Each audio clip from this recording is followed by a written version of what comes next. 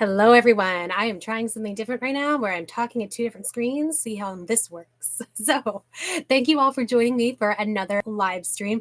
I'm really excited about this one because I'm really passionate about this topic, which is uncrewed landers on the moon. I'm definitely passionate about human landers on the moon, but that's a different topic. I'm excited because we might actually finally have the first U.S. uncrewed landing, or I should say launching on Monday, and I'm going to go all into it. But first, I want to tell you that this is primarily a question and answer series.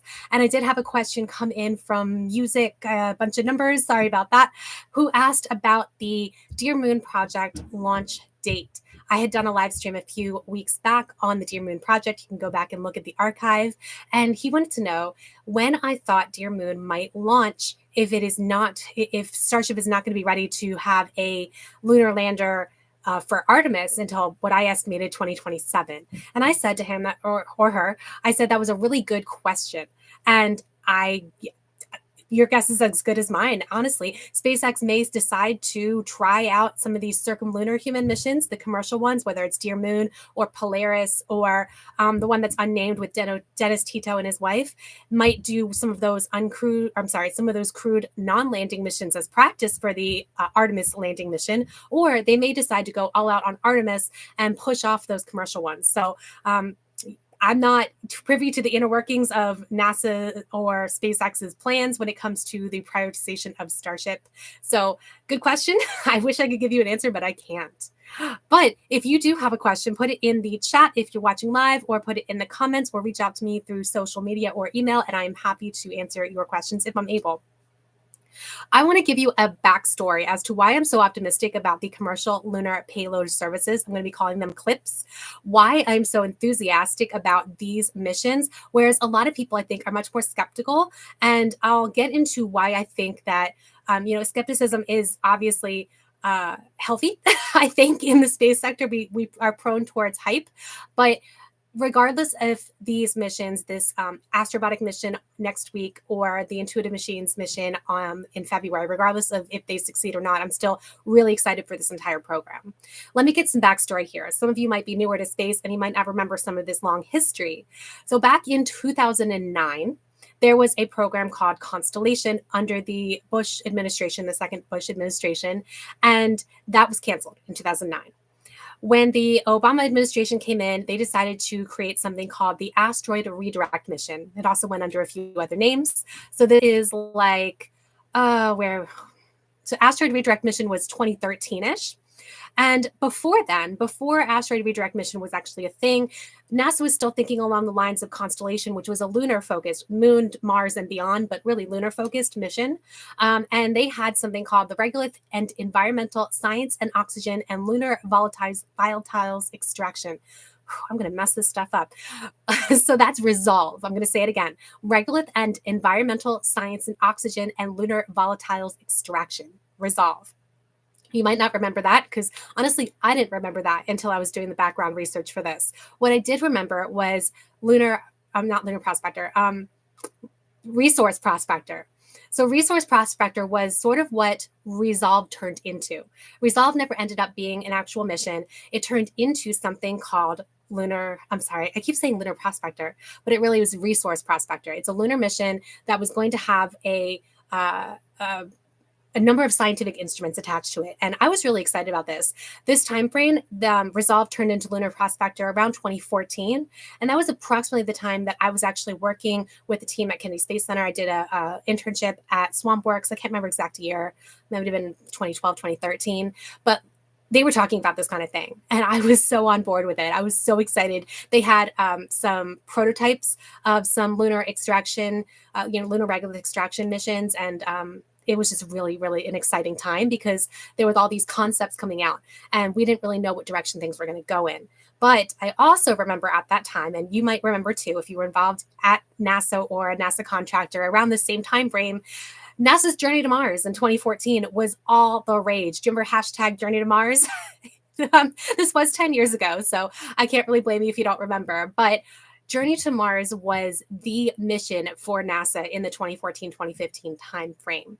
Can't remember exactly when it faded away, but the reasons why some of these missions went under the radar, some of the lunar missions went under the radar, was because there was so much focus on Mars that people were almost afraid to talk about the moon. It was almost a taboo subject. Of course, there was still lunar research going on. And of course, there was still these plans for Resource Prospector and other missions. But it really was of a much lesser priority than Asteroid Redirect Mission and Journey to Mars, because those were all the rage under the Obama administration. We'll come in under the Trump administration, and there's uncertainty about how things are going to go. When you have a presidential administration switch, there's always uncertainty about the direction of NASA, because it does tend to be that administrations put their own stamp on things, which is why going from the Trump administration to the Biden administration, things were more or less mostly the same, which is quite unusual, actually, for modern times. Quite unusual that the Biden administration actually kept a lot of the initiatives of the Trump administration in regards to NASA. So back when there was that transition between the Obama administration and the Trump administration, we didn't really know what was going to happen. And so what happened was in 2017, Asteroid Redirect Mission was canceled. It was not in the budget anymore. And in 2018, NASA created this sort of concept of the exploration missions, Exploration 1, 2, and 3, which later were named Artemis 1, 2, and 3. So back in 2018 is really when we get the return to a lunar focus. And that is when some of these missions really start to take form. So for example, Resource Prospector was canceled, which I was kind of mad about that, but I understand their reasoning, because they didn't want to have all these big missions.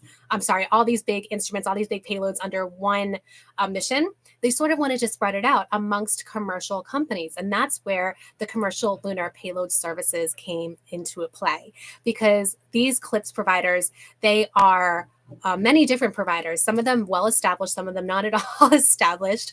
In fact, we had 2 that dropped out already. Orbit Beyond canceled their contract after they withdrew their contract, however you phrase it, after they were awarded Eclipse. I don't know if they were actually given an actual mission off the top of my head. I can't remember, but they were created. It was actually created for CLPS, and then it kind of backed out. And then Maston Space Systems. I'm still so sad about Maston. I was a big Maston fan, but they went bankrupt and their assets were sold largely to Astrobotic. So a lot of the Maston personnel and missions and research are still under Astrobotic, which I am happy about. So at least Maston lives on.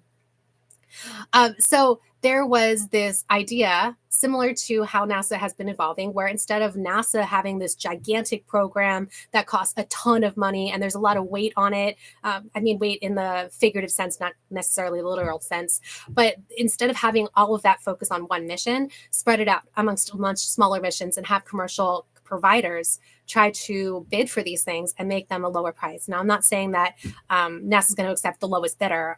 Because they did not accept all the companies to become CLPS providers. But I am saying that they were willing to take those risks because multiple missions at a smaller price point are better than one big mission. And in fact, this is kind of off topic, but I actually read a similar piece back in Space News right before the new year in December by Robert, oh my gosh, why am I blanking on his name right now? Because I wasn't planning on bringing this up. But the Mars guy, Robert, I'm so sorry. I cannot remember. If somebody in the chat, if you want to tell me. But in any case, it was a piece arguing that instead of having a one giant Mars sample return mission, we should instead take that money and have like 20 different Mars missions and have 20 different opportunities for success on a smaller scale rather than putting all your eggs in one basket. And I kind of agree with that. But in any case, that's sort of off topic.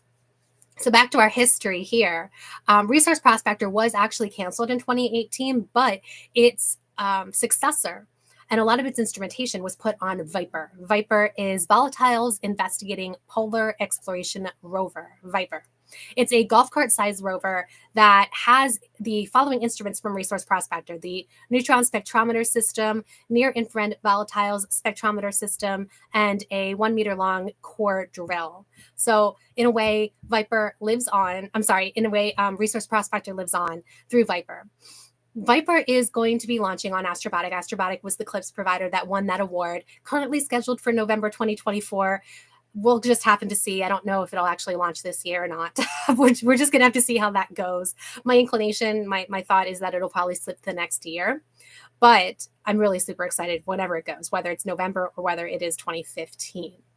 It's going to fly on Astrobotic's Griffin lander, which is its larger lander than Peregrine. Peregrine's the smaller lander. Griffin is the medium-sized lander, and I can't right now remember what the larger lander is called, but it's significantly, significant size. If Viper is a golf cart size rover, then you need something, fairly significant to carry it to the surface of the moon.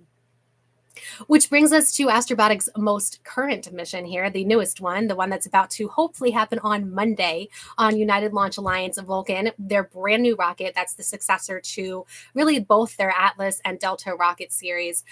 They are transitioning away from those legacy rockets and toward the larger Vulcan rocket and Vulcan Centaur. I'm really excited for ULA and I'm really excited for Astrobotic, but I'm also nervous because whenever you have a new rocket, things can go wrong. New technology, things can go wrong. But I argued in my last live stream that, no, I didn't. I argued in a video that I did not actually post that ULA has high incentive to get this right because ULA has a reputation of 100% success rate. They absolutely want to keep that reputation, that track record for getting high profile, highly expensive, especially national security missions. Yes, NASA missions and other missions, but especially those DoD missions that that bring in a lot of money. And so ULA wants to make sure that the Department of Defense is comfortable giving them awards to launch on Vulcan. And also ULA has a potential buying situation where there are 3 different organizations or companies that want to or are possibly interested in buying ULA. And ULA needs to prove that the Vulcan rocket is worth the bid, whatever that happens to be.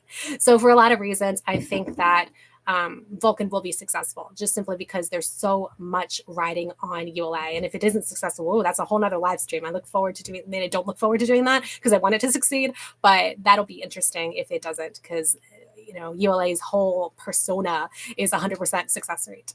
So that is scheduled for Monday, January 8th. Super excited for that mission. It carries 20 payloads, 5 of which are NASA payloads. So 15 of which are not NASA payloads, which I just find really kind of cool. One that's been in the news that I'm only going to briefly discuss that has been a bit controversial is the idea of flying human remains to the surface of the moon. There's a company called Celestis. They've been around a while. They have flown human remains on many missions, suborbital, orbital, I think even a deep space mission. But this is the first time they'd be sending human remains to the surface of the moon, like landing human remains. And by human remains, I mean little bits of ash and DNA. It's an interesting concept. I wouldn't do it personally, but it is an interesting concept. But the controversy comes in because Navajo Nation, the tribe here in the United States, they protested when Gene Shoemaker's ashes were sent. I don't remember, to the surface of the moon or the vicinity of the moon. Someone can tell me. But that was back in I think 2009. So it's been a while since that happened. And when that happened, the Navajo Nation protested because they said that was desecration of the moon against their, the moon is sacred to them. So it's against their religious or spiritual beliefs. And so now's the question. There's a plan to send ashes and DNA on the surface of the moon through this mission here, this Astrobotic mission that's going to launch on Monday. And should these kinds of considerations be taken in? I can kind of see it both ways. In the end, I don't think that one religious or spiritual belief should override another or no belief at all. So you can't claim the moon for one group of people, but I do agree that there's ethical concerns when we talk about doing things that are new and that have different cultural significance around the world. But in the words of my husband, people are going to die on the moon someday. He's always the realist. And so, yes, it will be that eventually there will be human remains on the moon because we're going to be living and working on the surface of the moon. And it hopefully will be that we can bring back those initial deceased, but maybe we can't. Maybe they are someplace that we can't retrieve them. Or maybe we've gotten to the point of human civilization where we are truly living on the moon and therefore need to dispose of our human remains on the moon because we live there. So a little bit off topic, but I think it's a fascinating controversy.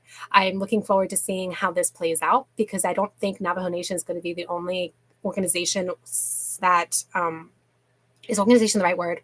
I don't know. The only entity that protests these kinds of things. Planetary protection is a big, big question. And that's another topic, but it's so fascinating. Anyway, so Another thing to keep in mind here is that back in December, it was announced that NASA had actually pulled 5 of their instruments off of this first lander. So initially, Peregrine was going to carry 10 NASA instruments, but they descoped and they're only going to carry 5.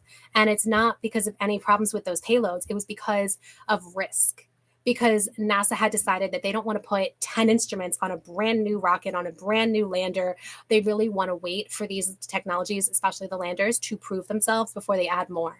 And so that's an interesting question about the risk. And I'm going to get to that toward the end of this live stream. But I did want to talk about the next mission, which was also supposed to be in January. It got pushed for reasons beyond their control, SpaceX reasons, to February. Currently don't have an exact date for it, but Intuitive Machines EM1 is going to launch their Nova C lander in February sometime, at least that's the current schedule, on a Falcon 9. It also has 5 NASA payloads. It has 9 altogether. So 4 commercial payloads and then 5 NASA payloads. I don't know if you want me to actually read what all these payloads are. So on Astrobotic, it actually has some of those same payloads that I talked about on Viper. Near-infrared volatile spectrometer system and neutron spectrometer system. Both of those are from Resource Prospector and on Viper and are also on the Astrobotic Peregrine mission. And also the Peregrine ion trap mass spectrometer. Now, those 3 are going to be really digging into the regolith, the dirt and dust on the surface of the moon. And that's just exciting to me because that was a lot of my doctoral research was trying to understand lunar regolith. So always a passion of mine. I'm a big fan of in situ resource utilization, and I'm looking forward to seeing what we actually practically do instead of just the theory. Also on that Astrobotic mission, NASA payloads, linear energy transfer spectrometer and laser retroflector array. And then on the Intuitive Machines IM1 mission, there is a lunar retroreflector array, navigation Doppler LiDAR for precise velocity and range sensing, lunar node 1 navigation demonstrator, stereo cameras for lunar plume surface studies, and radio wave observation at the lunar surface of the photoelectric sheath. Woo! Okay, so NASA really is putting 5 missions on each of these too. And there's other CLPS providers, but they're not launching yet. Some of them might launch by the end of 2024, some of them not so much. I do have a list that I showed in the last live stream. You can go to astrolytical.com/infographs, and you can see the entire list all the way through 2028, I think I have on there. Really, really interesting to see what's coming up. And that's just commercial. That's not even talking about the Japanese SLIM mission, which is a government mission. So really exciting stuff. I do want to get back to the risk idea and why I'm so excited about these missions, even though they're risky.